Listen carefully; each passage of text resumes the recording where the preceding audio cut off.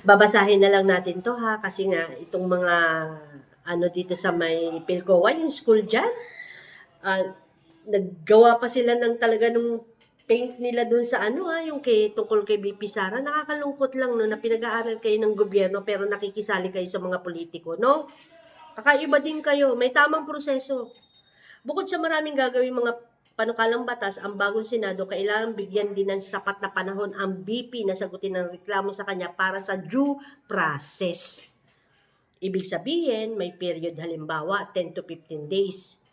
Assuming sinimula na ngayon, ipapadala pa ang kopya sa kanya, may ilang araw ding aabutin yon through registered mail. Tapos pag natanggap na niya, may ilang araw din para sagutin niya. Ilang araw din aabutin yung through registered mail uli. Tapos, papadalan siya ng schedule ng unang araw na pagdinig. Anong petsa na yun? Yun yung tanong ha. Natural, tatamaan na ng bagong Senado yun. Di ba? Iba ang komposisyon nito sa lumang Senado kung saan isinampa ang reklamo. Hindi maaring dinggin ng bagong Senado yan dahil hindi lahat sila nakakatanggap ng reklamo.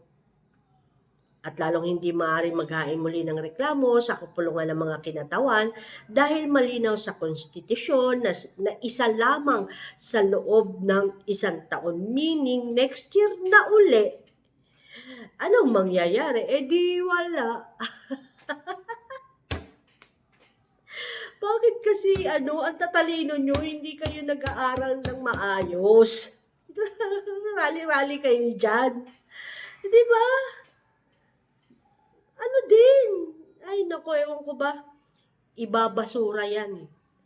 Impeach nga si BP, pero hindi convicted. Hintay ulit ng kapulungan sa 2026. Di ba? By then, umandar na ang kaso laban kay Bongit, hingil sa PhilHealth at GAA. Ririnig nyo ba yon? Nakikita nyo yung dungis ng iba, pero yung kinakampihan nyo, hindi nyo nakikita. Bakit ba nagkaroon ng pirma para kay BP? Ano bang pinangako? Di ba yung iba ayaw naman pumirma, kundi lang pinangakuan, hindi naman pipirma yon. Isip-isip nga. Pera ba kanino yun? Pera niya ba yun? Pera ng bayan yun. Yun lang isipin nyo. Mario Josep.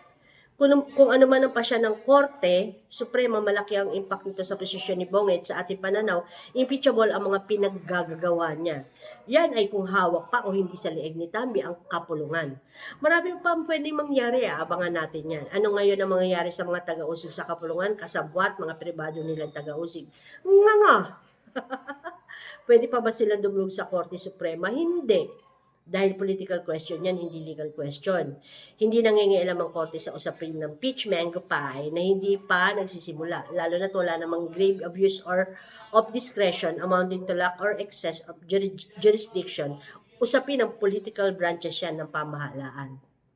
Magising na kayo, kayong mga nag-aaral kayo at tupagin nyo yung pag-aaral nyo, maging successful kayo sa buhay. Huwag kayo makasali sa politika. Ay, nako. Nag-aaral kayo ng gobyerno kung sino-sino mga iniintindi nyo, nakikisali pa kayo. Wala nang ginawa yung gobyerno kundi atupagin yung mga litis-litis na yan, imbis na atupagin ko ano yung problema ng Pilipinas. Unahin nyo yung maging mura yung mga bilihin. Hindi yung kung ano-ano inaatupag nyo, ay inuutang. Sorry, mali. Hindi pala umuutang. Joke, umuutang kaya ulit.